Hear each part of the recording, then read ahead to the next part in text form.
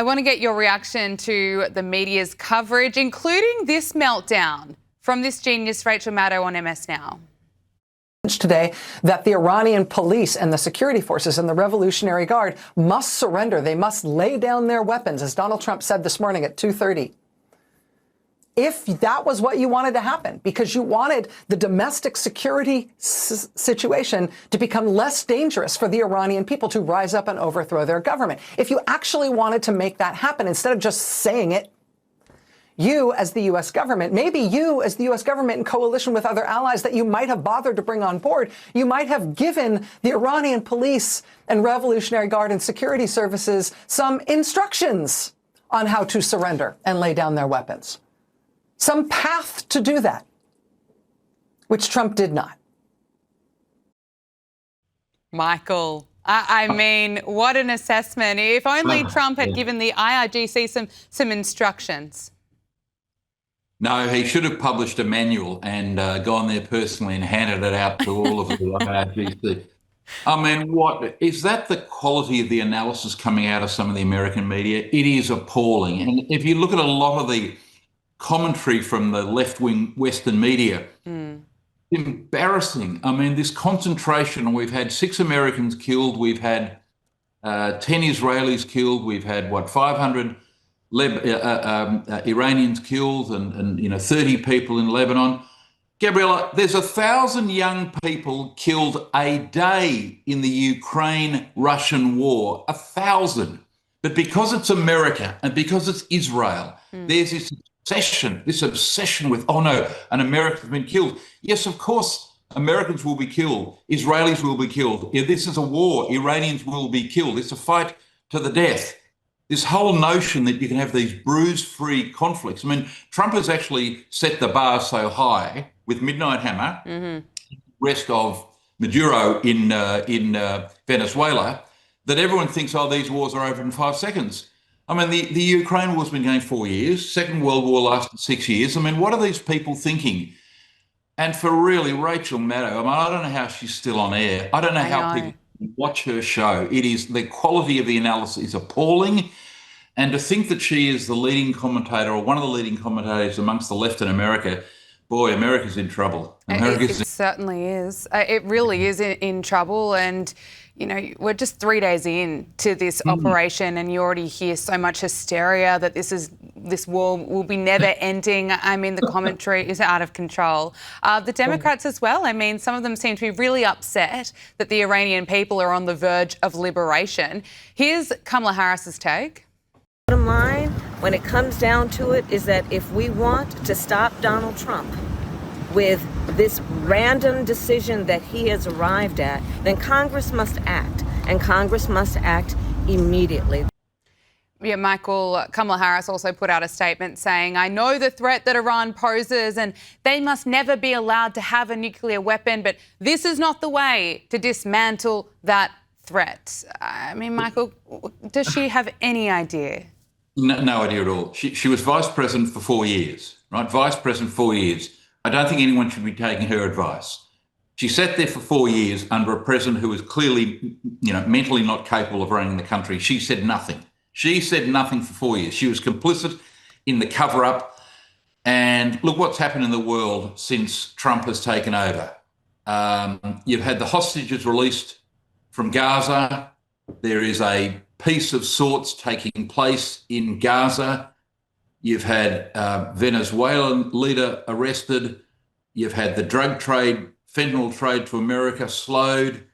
You've had Colombia come to heel in terms of their drug production. You've had the leader of one of the cartels drug cartels killed in Mexico, et cetera, et cetera, et cetera.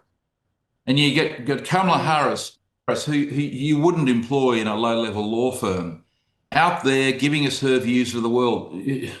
She's a disaster. The Democratic Party, one of their problems is the quality of people in the Democratic Party is so bad. Ilhan Omar, Schumer, Nancy Pelosi, Kamala Harris.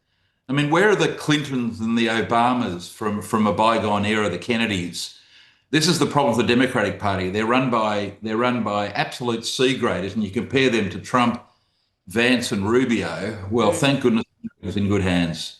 Look, I really like what Konstantin Kisin had to say. He said the arguments about Iran are so polarised that no one wants to admit that several things are true at once. You'd be a fool to not have serious reservations about the idea of a regime change war, especially in the Middle East. You'd also be a fool to allow terrorists funding lunatics to develop nuclear weapons. And he goes on, but he also says, a point that you made, Michael, really, that so far the Trump administration's interventions have been extraordinarily successful in achieving valid objectives within a highly limited scope. The strikes on Iran during the 12-day war achieved destruction of several nuclear facilities. The Venezuela operation decapitated the hostile regime and replaced Maduro with a non-hostile leader. Both also achieved significant don't F with us deterrence globally.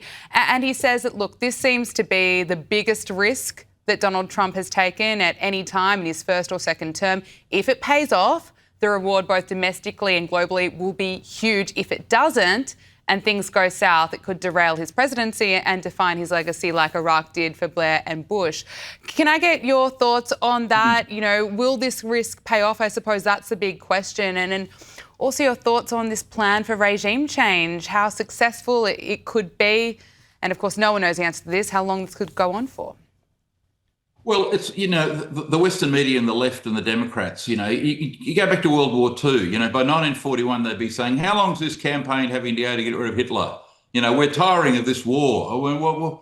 We've got to stop this fight against Hitler. It's been going on for too long. Too many Britons and Americans and Europeans have been killed.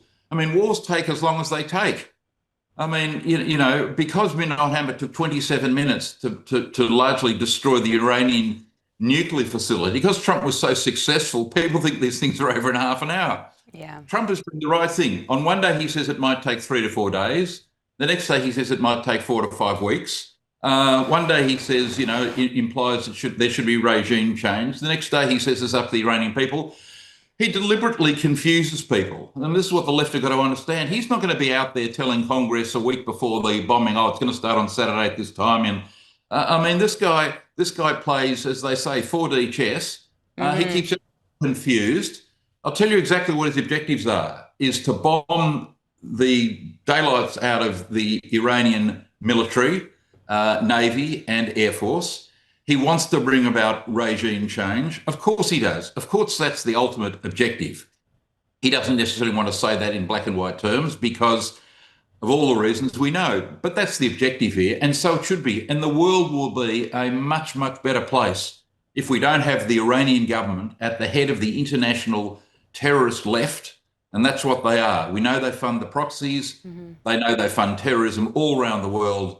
They started a war with their own allies, the Gulf states. I mean, they've handled this very badly so far, the Iranians. So you would expect there to be regime change. It might take a week, it might take 6 weeks, it might take 6 months. But that's the objective of the Americans, and it will be successful in due course because the world can't tolerate being at war with Iran. And for those MAGA people and that clown Tucker Carlson who sort of say, oh, well, you know, Trump said he wouldn't start wars. He's not starting a war. He's finishing one. Correct. This war's been going against Iran. It's been going for 4 decades. Yeah. Right? They've been saying death to America, death to Israel, death to Britain for 40 years almost.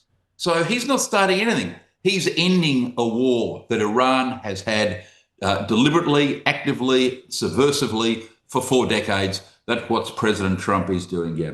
And what's the US's next objective? Of course, we've seen the action taken in Venezuela. We're now seeing this action being taken out in Iran. What's next? Is Cuba next?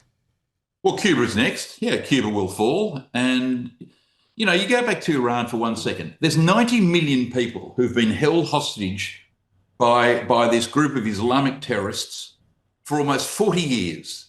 You know, by an accident of birth, we're lucky enough not to have been born in or have to live in Iran. But those poor bastards for 4 decades have lived under this brutal regime. Fast forward to Cuba. Since the Castro family took over, the poor Cubans have lived under this persecution by this communist regime. And it's going to be liberated. It's going to be liberated by the Americans by Christmas time.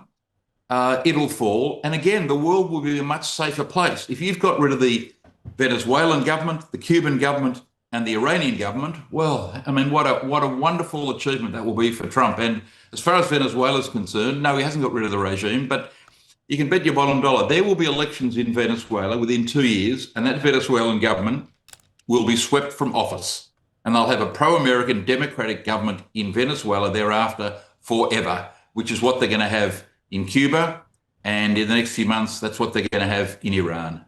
Yeah, well, Senator Lindsey Graham said just yesterday that the US strikes in Iran, speaking about the US strikes in Iran, I should say, he said that Cuba is next. They are going to follow this communist dictatorship in Cuba and their days are numbered. Michael Kroger, thank you so much for your time, former president of the Victorian Liberal Party and Sky News contributor. Thank you.